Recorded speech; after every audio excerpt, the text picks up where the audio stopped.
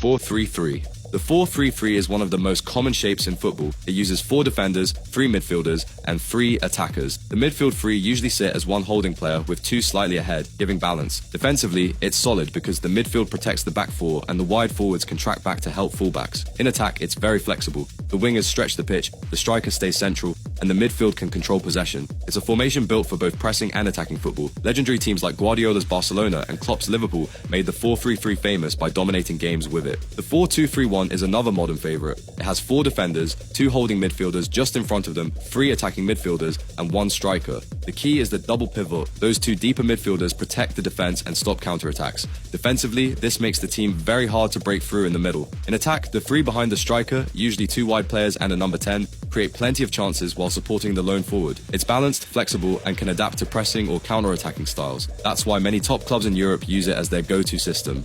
The 4-4-2 is the classic formation that dominated football for decades.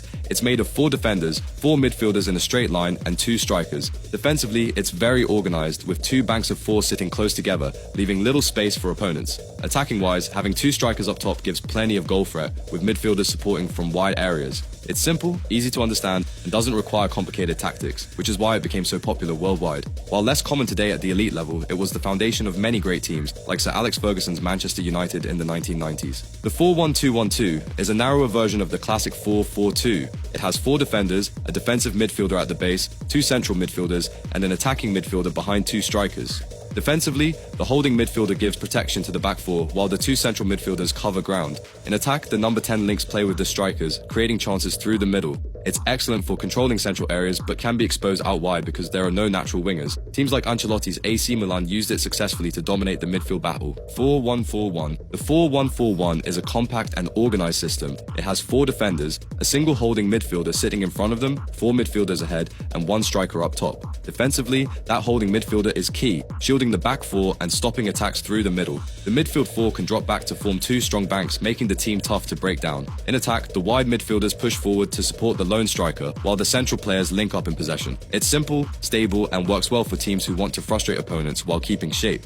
4-5-1. The 4-5-1 is designed to pack the midfield and control space. It's built on 4 defenders, 5 midfielders, and 1 striker. Defensively, it's very solid, with 5 across midfield blocking passing lanes and forcing opponents wide. In attack, the wide midfielders often push forward, turning it into a front 3, while the central midfielders support from deeper positions. It's a system that values discipline and organisation, often used by underdogs to frustrate stronger teams, but it also allows quick counter-attacks, as the wide players can break forward quickly to supply the lone striker. 4-2-2-2. The 4-2-2-2 is an interesting and aggressive shape. It uses 4 defenders, 2 holding midfielders, 2 attacking midfielders tucked inside, and 2 strikers. Defensively, the double pivot gives protection in front of the backline, making it harder for opponents to attack centrally. In attack, the 2 attacking midfielders operate in half spaces, linking play with the strikers and creating overloads. With 2 forwards up front, there's always a strong goal threat. The system is narrow, so it relies heavily on fullbacks to provide width. It's been used by Brazilian teams and the Red Bull football clubs for high pressing styles. 4-3-2-1. The 4-3-2-1, also known as the Christmas tree, has 4 defenders, 3 central midfielders, 2 attacking midfielders,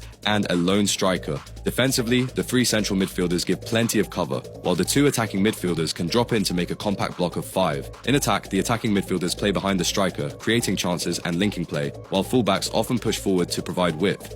It's a formation designed for control in midfield, limiting space for opponents. Carlo Ancelotti's AC Milan famously used it in the 2000s, combining creativity with defensive strength. 4-1-2-3. The 4-1-2-3 is a modern variation of the 4-3-3. It uses 4 defenders, 1 holding midfielder sitting deep, 2 central midfielders, and a front 3. Defensively, the single holding midfielder protects the back 4, allowing the other 2 midfielders to press higher up the pitch. This makes it tough for opponents to build through the centre. In attack, the wide forwards stretch the game, the central striker provides a focal point, and the midfield supports from behind. It's a possession-heavy system that suits teams who want control and fluidity. 3-4-3.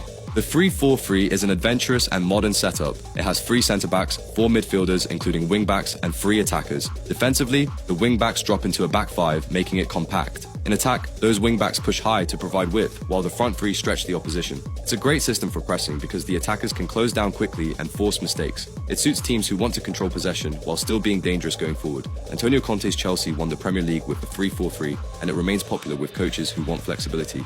3-5-2. The 3-5-2 has 3 centre-backs, 5 midfielders with wing-backs on each side, and 2 strikers. Defensively, the midfield 5 make it tough to play through, and the wing-backs track back to form a back 5 when needed. In attack, the wing-backs push forward to provide width, while the 2 strikers combine up front. This gives teams both attacking options and defensive stability. It's particularly effective for counter-attacking because of the 2 strikers, but it can also dominate games with strong midfield control.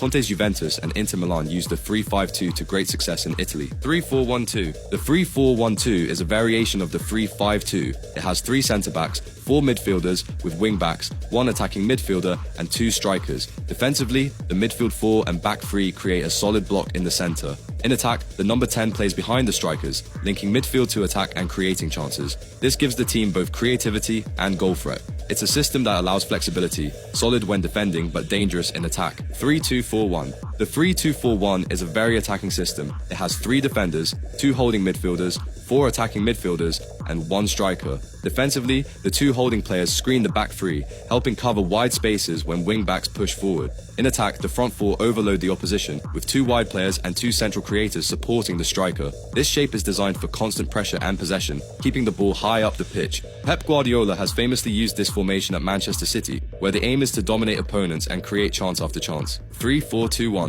The 3-4-2-1 has 3 centre-backs, 4 midfielders with wing-backs, 2 attacking midfielders, and a striker. Defensively, the wing-backs drop back to create a back 5, keeping the team compact. In attack, the 2 attacking midfielders support the striker, often drifting wide or dropping into pockets of space to create chances. It's a flexible formation that gives both defensive security and attacking numbers. Thomas Tuchel used this at Chelsea, with players like Mason Mount and Kai Havertz thriving as the 2 behind the striker. 5-3-2. The 5-3-2 has 5 defenders with wing-backs, 3 central midfielders, and 2 strikers. Defensively, the back 5 make it very difficult to break down, with wing-backs tucking in alongside the centre-backs. In attack, the wing-backs provide width, while the 2 strikers stay ready to counter quickly. It's a system often used by teams who want to defend deep and hit opponents on the break, but it still allows for a striking partnership. 5-4-1. The 5-4-1 is one of the most defensive systems in football. It has 5 defenders, 4 midfielders, and a lone striker. Defensively, it's incredibly hard to break down, with almost no space between the lines. The wide midfielders drop deep to help the fullbacks, forming a low block. In attack, it relies heavily on counter-attacks, with the lone striker supported by quick runs from midfield. It's most often used by underdogs trying to frustrate bigger teams, sacrificing attacking numbers for defensive strength. While not the most exciting, it's very effective in the right situations. 5-2-3. The 5-2-3 has 5 defenders, 2 central midfielders, and 3 attackers. Defensively, the wing-backs tuck into a back 5, while the 2 midfielders work hard to cover the centre. In attack, the front 3 press high and break forward quickly, with wing-backs pushing on to create width. This shape is compact at the back but aggressive up front, making it useful for teams who want to defend solidly and then spring forward in numbers. It's a modern variation often used in international football when teams want both stability and counter-attacking power. Thank you for watching, and if you enjoyed this video, you will love this one.